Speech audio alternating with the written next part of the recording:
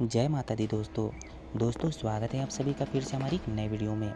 दोस्तों चैत्र नवरात्र कलश स्थापना साथ ही साथ दीप प्रज्वलित करने की बहुत ही सरल और संक्षिप्त में पूजा विधि बताने वाला हूँ। साथ ही साथ भगवान कलश की स्थापना करने का उद्देश्य क्या होता है, साथ ही साथ भगवान कलश की स्थापना क्यों करी जाती है, वीडियो के माध्यम से आपको मैं पूरी जानकारी देने वाला हूँ।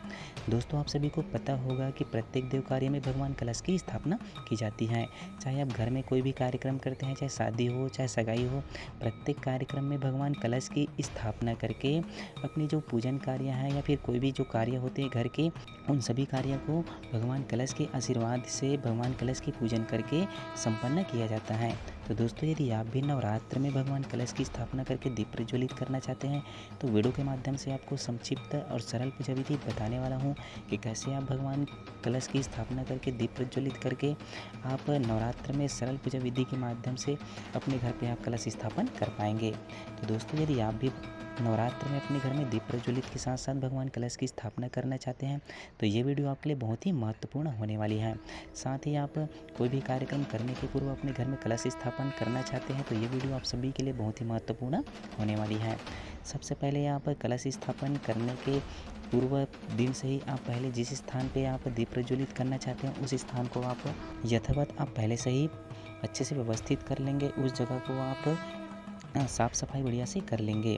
साथ ही साथ जिस स्थान पे आप कलश स्थापन और दीप प्रज्वलित करना चाहते हैं तो उस स्थान पे सबसे पहले आप नवरात्र के प्रथम दिवस जिस दिन आप दीप प्रज्वलित करेंगे उस स्थान पे आप सबसे पहले तो आप आसन बना लेंगे। आसन बनाने के लिए या तो आपके पास पिड़वा होना चाहिए या तो फिर रेडीमेड जो आसन मिलते हैं उस आसन के ऊपर आप एक लाल कपड़ा बिछा देंगे यदि आपके पास आसन है। यदि आपके पास आसन नहीं होगा तो घर में जो पिड़वा रहती है उसमें को आप अच्छे से धो करके साफ़ सफाई करके उनको आप आसन बना पाएंगे।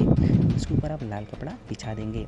लाल कपड़ा बिछाने के बाद आपके पास फूल कांस का लोटा होगा या तो फिर मिट्टी का लोटा होगा, तांबे का लोटा, जूस भी लोटे के माध्यम से आप भगवान कलश स्थापित करना चाहते हैं तो उनको भी आप लेकर के रख लेंगे। साथ ही उसमें आप कम से कम आधी मात्रा में उसमें आप जल ज़रूर से डाल देंगे। जल के साथ साथ उसमें आप गंगा जल, साथ में थोड़ी मात्रा में पीला चावल, फूल, साथ में सिक्का, साथ में दूबी और जो पूजा वाली जो हल्दी आती है उनको भी आप उसमें डाल देंगे।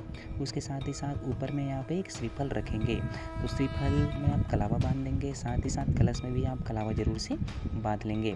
साथ ही साथ कलश में आमा पत्ता भी लगा लेंगे। तो इस तरह से आपका कलश तैयार हो गया। उसके बाद आपको पूजा विधि के माध्यम से उनको स्थापित करनी है। उसके बाद आपको गौरी गणेश बना लेनी है। साथ ही साथ नवग्रह भी बना लेनी है। तो नवग्रह बनाने के लिए आपके पास 9 हल्दी और 9 सुपारी होनी चाहिए। उसके साथ ही साथ आप माँ दुर्गा की प्रतिमा भी आप रख लेंगे स्थापित करने के लिए। जहाँ भी आप आसन बनाए रहेंगे वहाँ पास माँ दुर्गा की प्रतिमा भी आप स्थापित करेंगे। उसके साथ ही साथ आप दीप प्रज्वलित करने के लिए आप या तो नांदी या तो फिर आपके पास जो रेडीमेड जो दीपक आती है बड़ी वाली, वो दीपक आप पहले से ही आप ला करके रख लेंगे। उसमें आप रुई बत्ती लगा लेंगे। साथ ही साथ जिस स्थान पे आप दीपक प्रज्वलित करना चाहते हैं उस स्थान पे उनको भी व्यवस्थित और यथावत रख लेंगे। साथ ही साथ जो आप आसन बनाए रहेंगे उस आसन को बढ़िया से आप फूल और अक्षत के माध्यम से अच्छे से आप उनको सजा लेंगे। साथ ही साथ माता रानी को पहनाने के लिए आप एक हार जरूर से भी रख लेंगे। उसके बाद ये सब तैयारियां करने के बाद आप दीप प्रज्वलित करने की पूजन आप आरंभ करेंगे। भगवान कलश की पूजन आप आरंभ करेंगे। तो भगवान की पूजन आरंभ करने के पूर्व सबसे पहले हाथ में आप अक्षत पुष्प लेकर के आप संकल्प ले लेंगे कि जिस उद्देश्य को लेकर के आप घर में कलश स्थापना, साथ ही साथ भगवान गौरी गणेश, नवग्रह देवता, साथ ही साथ भगवान दीपक, माता रानी से प्रार्थना करेंगे कि जिस उद्देश्य को लेकर के आप अपने घर में कलश स्थापना करने वाले हैं, दीप प्रज्वलित करने वाले हैं, माता रानी की कृपा सदैव बनी रहे। क्योंकि भगवान कलश के जल के अंदर समस्त 33 कोटि देवी देवताएं विद्यमान रहती हैं, इसलिए भगवान कलश को समस्त देवी देवताओं के प्रतीक के रूप में स्थापित करी जाती हैं।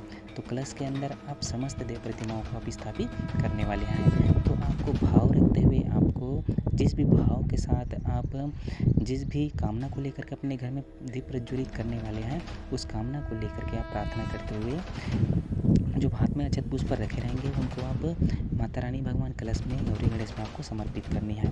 उसके बाद घर के प्रत्येक सदस्य पूजन के लिए बैठ जाएंगे। साथ ही साथ सबके बैठने के लिए व्यवस्था आप कर लेंगे। उसके बाद आप पूजन आरंभ करने के पूर्व सबसे पहले आप दीपक जला लेंगे, साथ ही अगरबत्ती धूप दीप जला लेंगे। उसके बाद आप अपना पूजन आरंभ करेंगे। पूजन आरंभ करने के पहले आप पवित्रीकरण करेंगे। जितनी भी साधन सामग्री आप लाए रहेंगे उन सबके ऊपर जल का भी सिंचन करेंगे। साथ ही साथ सबके ऊपर भी जल का भी सिंचन करेंगे दूबी के माध्यम से। साथ ही भाव रखेंगे कि सभी भगवान के पूजन योग्य बन रहे हैं, पवित्र बन रहे हैं। इस भाव के साथ आपको पवित्रीकरण करनी है। उसके बाद बारी बारी से चंदन धूप दीप नैवेद्य आपको समर्पित करनी है। सबसे पहले माँ दुर्गा की प्रतिमा में लगानी है, गौरी गणेश में लगानी है, भगवान कलश में लगानी है। साथ ही साथ भगवान दीपक जो आप रखे रहेंगे उनमें भी आपको लगानी है। साथ ही साथ ये सब सामग्रियाँ आपको बारी बारी से आपको समर्पित करते जाना है। उसके बाद आप हाथ में पीला चावल लेकर के माँ दुर्गा, भगवान कलश, साथ ही गौरी गणेश सबका आप आवाहन करेंगे मन ही मन। भाव ये रखेंगे कि आवाहन करने के साथ साथ समस्त देव प्रतिमाएँ सूक्ष्म रूप में हमारे घर में विराजमान हो रही हैं। इस भाव के साथ आपको इनकी आवाहन करना है। आवाहन करने के उपरांत आप जो अक्षत पुष्प हाथ में रखे रहेंगे उन सभी को समर्पित कर देनी है।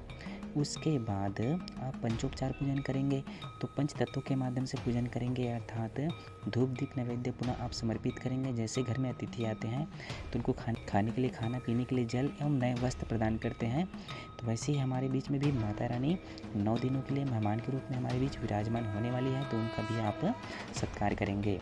तो धूप दीप नैवेद्य साथ ही दक्षिणा आप माता रानी को समर्पित कर देंगे। उसके बाद विधिवत माता रानी की आप आरती कर लेंगे। आरती करने के उपरांत माता रानी को आप धूप दिखा करके प्रसाद आपका भोग लगा करके सबको प्रसाद वितरण करके नवरात्रि के जो प्रथम दिवस की जो पूजा विधि है, दीप प्रज्वलित है, भगवान कलश की स्थापना है, ये सब आप संपन्न कर पाएंगे। तो दोस्तों वीडियो अच्छी लगी हो तो वीडियो को लाइक करें, साथ ही चैनल को सब्सक्राइब करें। तो दोस्तों इसी तरह की नई नई वीडियो और नई नई अपडेट पाने के लिए निरंतर हमारे चैनल पर बने रहे। साथ ही आगे मैं आपको नवरात्र पूर्णाहुति आप अपने घर पे कैसे करेंगे, पूर्णाहुति करने के लिए आपको क्या क्या सामग्रियाँ लगने वाली हैं, पूरी जानकारी आपको आने वाली वीडियो में आपको मैं देने वाला हूँ। तो दोस्तों निरंतर हमारे वीडियो पे बने रहे। साथ ही इसी तरह की नई नई धार्मिक और आध्यात्मिक वीडियो पाने के लिए सदैव हमारे चैनल पे बने रहे, निरंतर हमारे चैनल पे बने रहे। मिलते हैं दोस्तों अगली वीडियो में कोई नई जानकारी के साथ।